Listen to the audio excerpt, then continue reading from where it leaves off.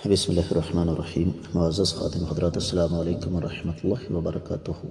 جب ماں باپ کی آپس میں طلاق ہو جائے تو بچہ کس کے پاس رہے گا؟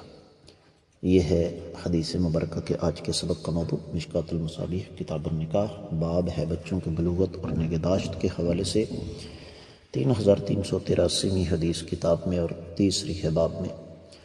الفاظ سماعت فرمائیے گا۔ وعن عمرو بن شعیب عن ابیہ عن جدہ عبداللہ بن عمرو ان امرأة قالت یا رسول اللہ صلی اللہ علیہ وسلم ان ابنی هذا كان بطنی له وعاء وثدی له سقاء وحجری له حواء وإن أباه طلقني وأراد أن ينزعه مني فقال رسول الله صلى الله عليه وسلم أنت أحق به ما لم تنكحي، رواه أحمد وأبو داود۔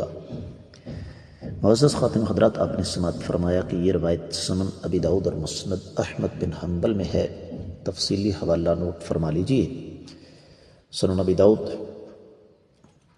طلاق کے فروعی احکام و مسائل 35واں باب ہے کہ بچے کی پرورش کا زیادہ حقدار کون ہے۔ 2276ویں حدیث ہے، اور یہی حدیث ہمیں مل جائے گی سنن ابی داؤد میں، جو پرانا طبع ہے 6 جلدوں والا، دوسری جلد کا 182واں صفحہ، 6707ویں حدیث۔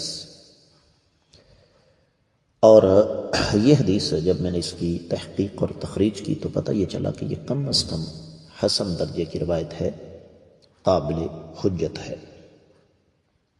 ترجمے کی طرف بڑھتے ہیں۔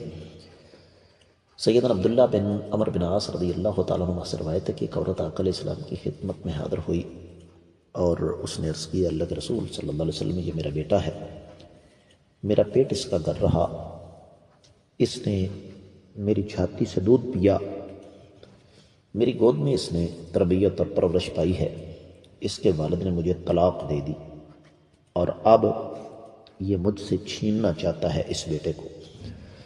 تو آقا علیہ السلام نے فرمایا، جب تک تم دوسرا نکاح نہیں کر لیتی ہو اس بچے کی تم ہی زیادہ حقدار ہو۔ معزز خواتین حضرات، حدیث مبارکہ اپنی وضاحت خود کر رہی ہے کہ بچے کو ماں سے الگ نہیں کیا جا سکتا۔ ہاں، اگر عورت دوسرا نکاح کر لے تو پھر یہ معاملہ مل بیٹھ کر طے کیا جائے گا، اس لیے کہ بسا اوقات ایسا ہوتا ہے کہ سوتیلا باپ بچے کو حقیقی باپ والا پیار نہیں دیتا، اور اس کے برعکس بھی ہوتا ہے کہ سوتیلی ماں بچے کو کبھی حقیقی والدہ کا پیار نہیں دیتی۔